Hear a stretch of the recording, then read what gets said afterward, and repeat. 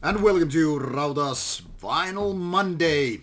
COVID is being beaten, my throat is getting better, so there's time to talk about some Greek black metal. Now, this just happens to be a pure coincidence that I actually have a two Zemial LPs here. Technically speaking, LPs, I'll explain further as we go what I really mean about it. And the other one, the first one that I'm going to present here is a 30th anniversary release of the very first Zemial release that was originally out in 1992. That is an EP, technically speaking, but here it is in LP size. So EP, but in a format of LP, if you get that drift. And what also happens to be the case is that I happen to be the follow-up release from 1996 here, the debut album by the band that was also re-released in some 3 years ago with a very special version. So not only I have one vinyl, not only I have one special version, but I actually have two. Let's go in chronological order, and first I present these to you and then I'll tell more about the music. The first release ever by Zemial is this album or EP called Sleeping Under Tartarus.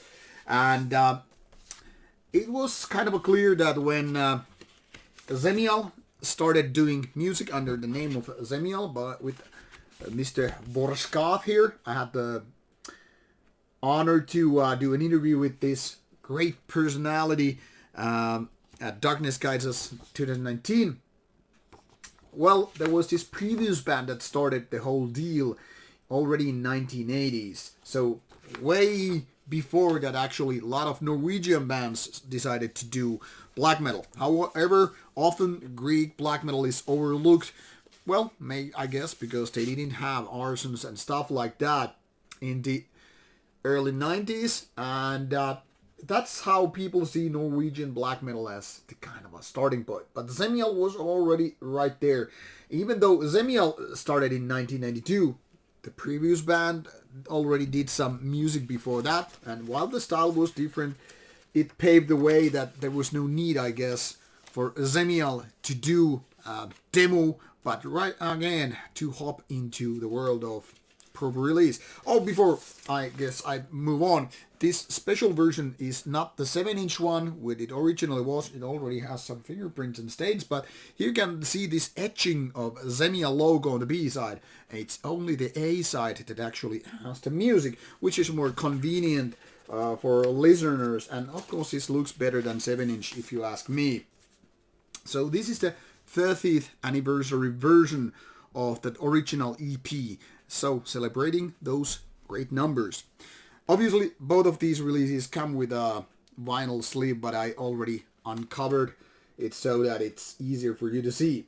Now, then comes the first album, For the Glory of and this one is a kind of an interesting gatefold. As you can see, there is this skull logo. It's black and gold, and once you actually open the sleeve design here, the actual album art comes around, and you can see both of these sleeves have the lyrics, and the beautiful black and gold cover is right here. I'm trying to peek around so in order to have my voice heard and all that stuff. And then again it comes out like this with more information, like mentioning the lineup and all the credits, and even more art is seen here.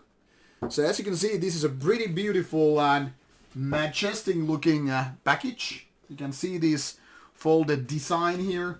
So the cover comes again much like this. You can just close down, and here you have the track list, which features the original tracks plus 2 bonus tracks. So there's Nocturnal Witch as a bonus track, and Armageddon, a Bathory cover, as the other bonus track.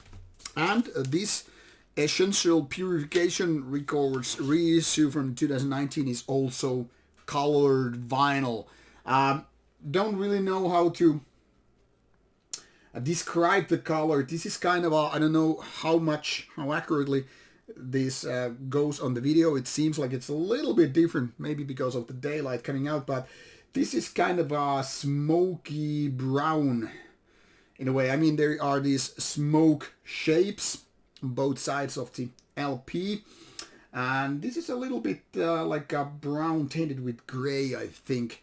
Looks nice nonetheless, whatever the color here is. I'll tune you in for Metal Archive side for Zemial while I'll pack these beautiful creatures back into the sleeve so that I don't cause more stains and shit like that. So Zemial started in 1992, technically speaking, but that is only after there was this previous band, which you might have seen here, or which you might see here. So there are lots of other projects also, but Nocturnal Death already paved the way, and that is the predecessor of Zemial, more or less. Different style, it's described as death and black metal, and well, they didn't do more than demos, but that was enough to pave the way for Zemial's career. Now, the downside of the whole Zemial career is, as you can pretty much see, during 30 years, only 3 full albums. So, between the first and second one, 10 years, then another 7 years. So approximately now, after 9 years of waiting, we should have a new album. That's what I think, and I think fans hope for that. But there are plenty of EPs to complement those big gaps between these full albums. But we're here to talk about these 2 first ones. So Sleeping Under Targaryes originally came out as a 7-inch EP, very much tapping to the veins of black metal. I mean, you have this kind of a Baphomet creature here, and this kind of a weird blue art, and as you can see, these tracks are originally put into different sides A and B, but as you can see, this CD version and this LP version of this Sinister Flame reissue have them both on one side, and that is roughly 11 minutes, including the intro, 3 tracks plus that. Now, what is interesting with Zemial, as I had talked with Mr. War Scott in 2019, is that there is a big Bathory honor process. I don't know a better word for that. That is, much like me, he's a big Bathory fan. And it's something that you can totally hear in the music. That is, the Zemial style is so much different from, the Nordic styles. It's kind of a combination of Greek black metal with mostly kind of a mid-tempo drumming and guitar riffs, which are very Greek sounding, and at the same time kind of a paying like homage to what Bathory was doing, especially with Blood, Fire, Death. It's not exactly the Viking metal era of Bathory, but definitely something that kind of brings Blood, Fire, Death to our minds. So it's kind of epic, and you can hear it from the keyboard parts and all that stuff, as well as some of the riffs. But then again, there is this kind of early black metal vibe, obviously. So it works well, especially if you're kind of bored with every band sounding the same since the 1990s, just tapping to the second wave. Now, what I like with Zemial is that it's basically something like a missing link between the first and second wave of black metal. That's how we've seen, I mean, whether we're talking about Bathory or Celtic Frost or goddamn Venom, and then moving on to 1990s when early Norwegian bands and Swedish bands started to emerge like a big wave. There's this gap for Greek bands tapping to the linking part where these worlds of the 1980s and 1990s kind of started to become as one, like united. But these Greek parts, they have something very different going on there, and that makes this music so goddamn unique and also nice. Now, even though there is a 4 years gap between For the Glory of and Sleeping Under Tartarus, the style is more or less kind of the same. And this might sound like it's a negative thing because kind of the same, they didn't evolve too much, but that's bullshit. I don't mean any of that negativity here. I'm more like saying it's more consistent. That is, if you like one of the first 2 releases, you're kind of bound to like them both. That's how I feel about it anyway. Now, I must say, especially the keyboard parts here sound like they're really the, they have the sound of what was going on in the late 80s and early 90s, so there's definitely this kind of a feeling like it's definitely that era. And while that might be kind of a cool, it's also a little bit like, yeah, but we don't want to go back there. Luckily, this is only dominant in the intro parts, so beyond that, it doesn't really matter.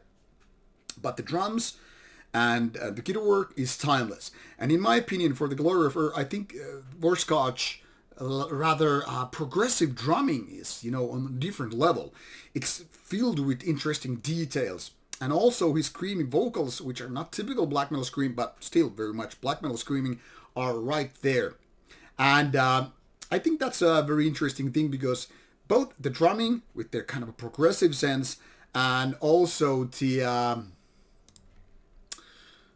vocals, they kind of remind me of what is going on with Absus Proscriptor McGovern.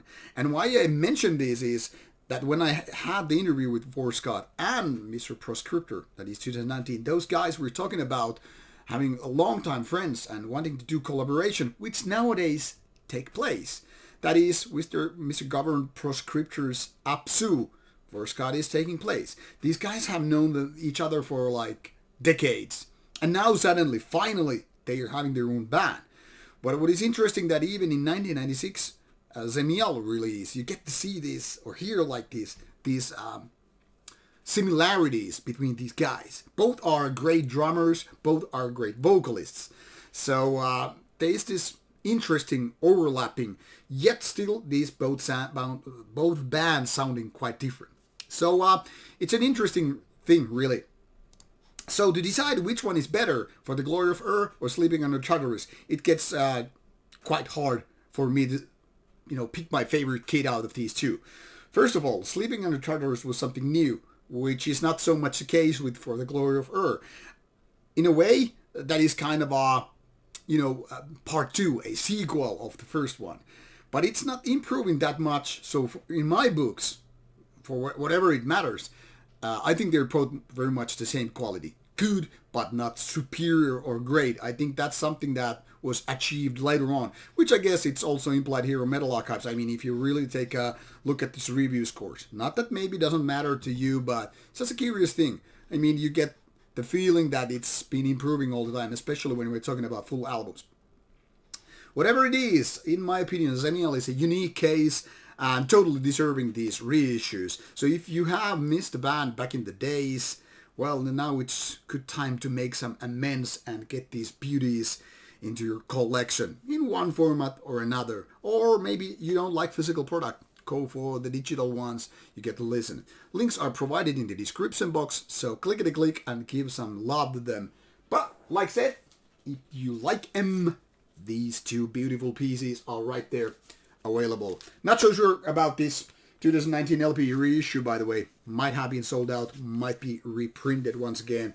But at least the Sinister Flame one for the debut EP is very fresh from the oven. Release date 31st of March 2022. So listen and like and love. Take care and see you soon. More raw reviews coming your way.